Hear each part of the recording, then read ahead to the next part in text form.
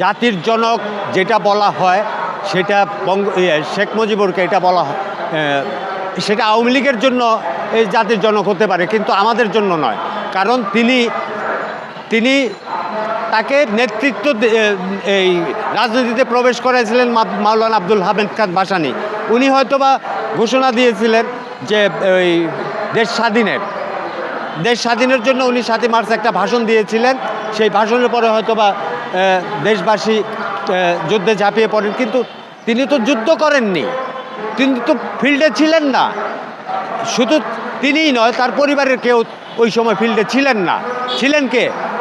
Major general Ziaur Rahman, Bangabir কাদের সিদ্দিকী, তারপর field marshal major Jalil, ওনারা ছিলেন। ওনাদেরকে মুক্তিযোদ্ধা বলা চলে, কিন্তু ওনার নেতৃত্বে উনি ঘোষণা দিয়েছিলেন, কিন্তু ঘোষণা দিয়ে তিনি পাকিস্তানে বন্দী হয়ে যান এবং তার পরিবারের কেউ সেই সময় ফিল্ডে অস্ত্র হাতে নিয়ে হানাদার বাহিনীদের সাথে যুদ্ধ করেননি।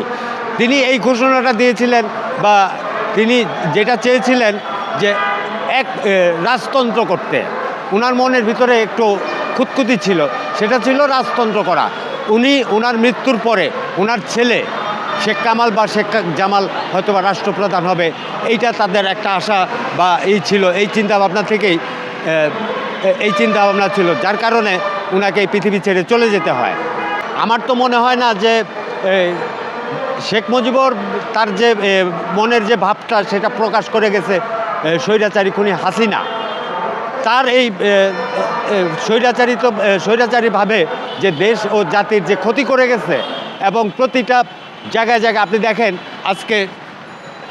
আজকে কিছু কিছু লোক অসহায় এবং নির্যাতনের শিকার হয়ে রাস্তায় রাস্তায় ঘুরতেছে, এবং তাদের থাকার জায়গা নাই, বাসস্থান নাই, ইত্যাদি উনি করে গেছেন। এবং যারা অর্থশালী এবং প্রভাবশালী তাদেরকে আরও অর্থশালী বানিয়ে তিনি একটা স্বৈরাচারীর রাজত্ব কায়েম করে গেছেন।